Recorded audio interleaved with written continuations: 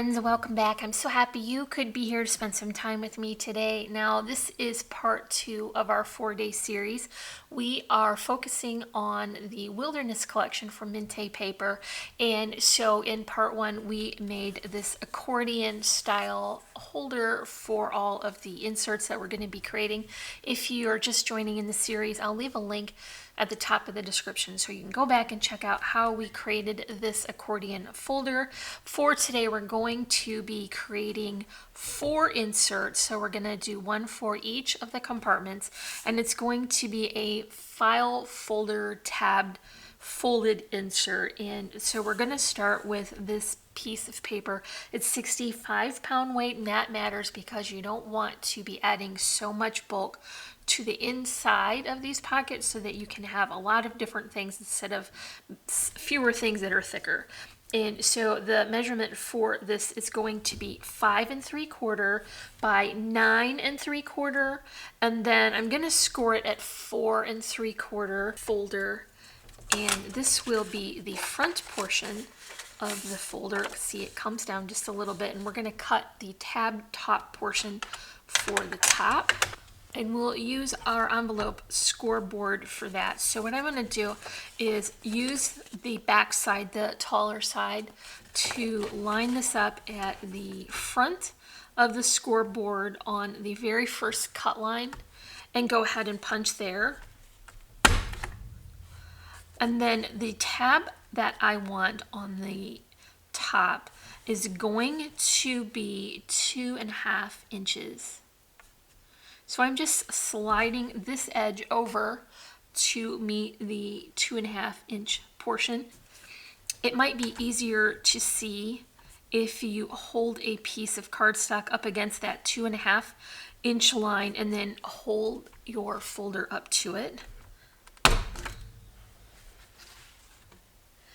And now I've punched that second portion out. What I want to do is come back in and cut the remaining side off of here so that tab will stick up.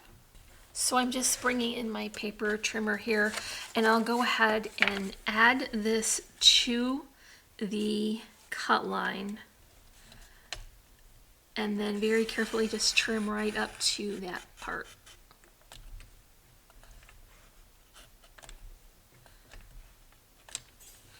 So that will remove the remainder of that paper, and the tab top will stay up taller.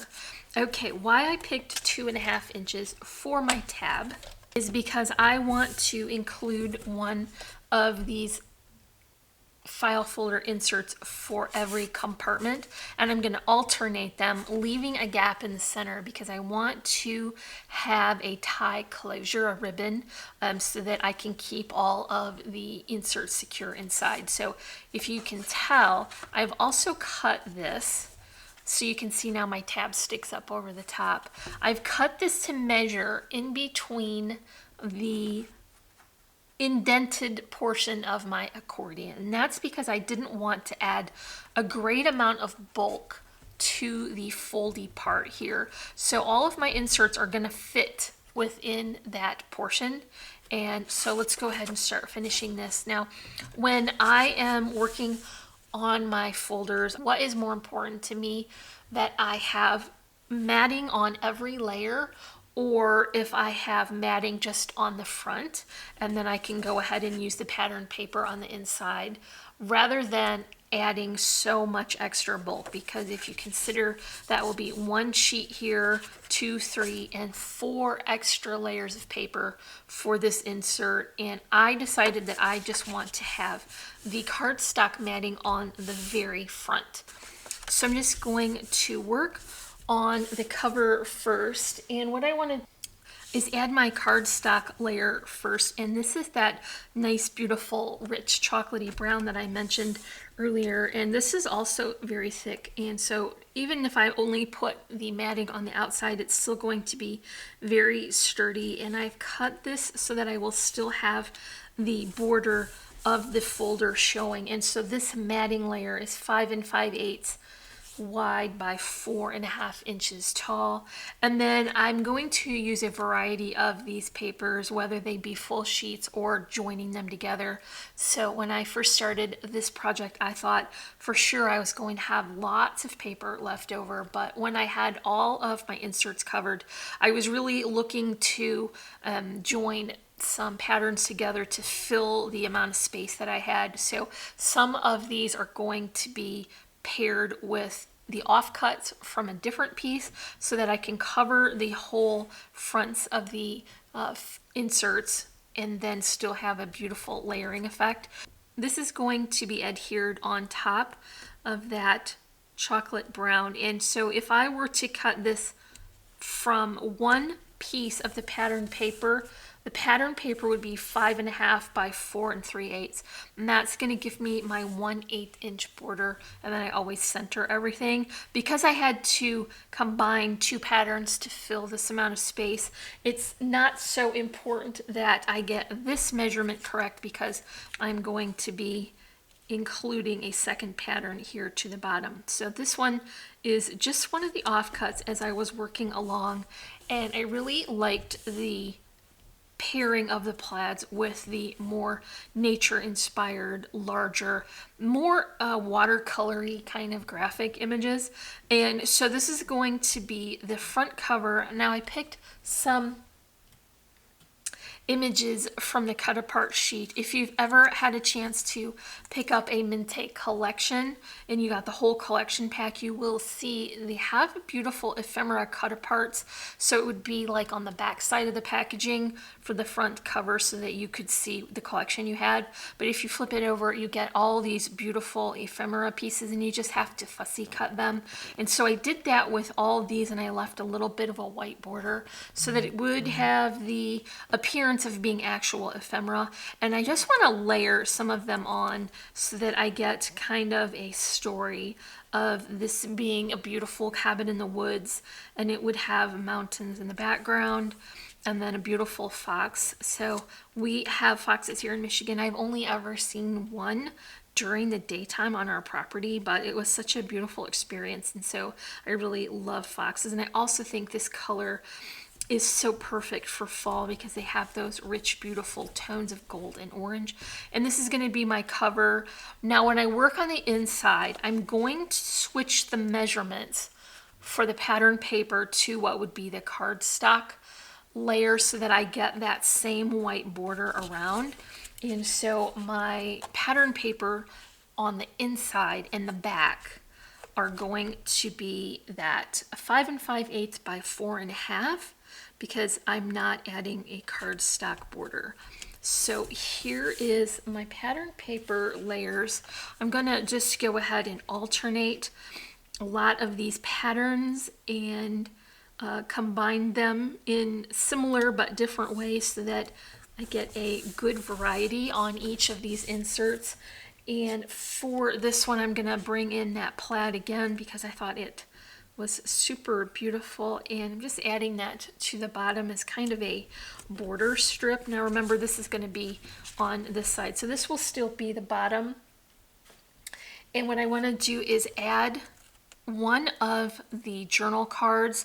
So if you've seen these, the Mintay collections, they have the journal cut aparts on the front, and then when you cut them apart, you'll still have an image on the back that's a journal card size. And this would be a great place to add some journaling and writing because it's a little bit lighter and it has some lines in it. So you could see how easily you could include the memories that go with your pictures. And this sort of also went with the plaid that I put on the bottom.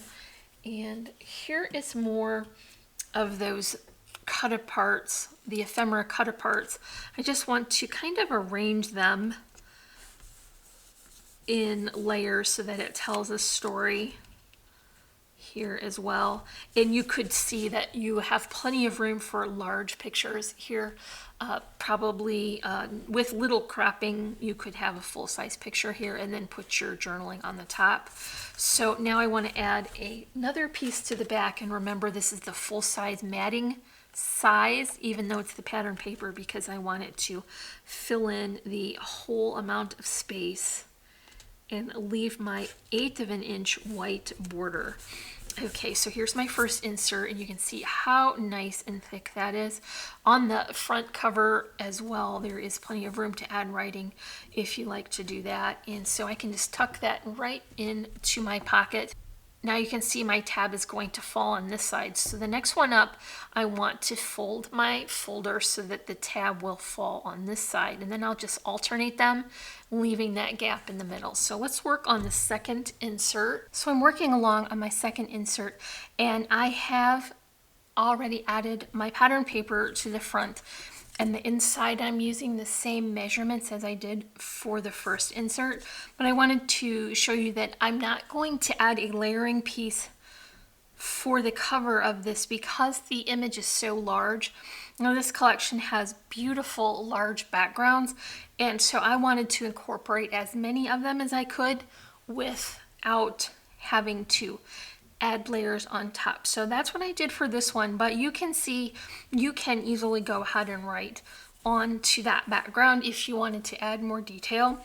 And so let's go ahead and open this and work on the details for the inside. I've got another piece of that beautiful plaid, and remember on these I'm working with the offcuts, so I'm just going to position this toward the outside, and it is not going to reach the full width of this, but I'm not concerned with that at all because it's just a layering element meant to be for added detail. And I'm going to add this beautiful large cut apart of a forest. I still want to include one of my journal cards.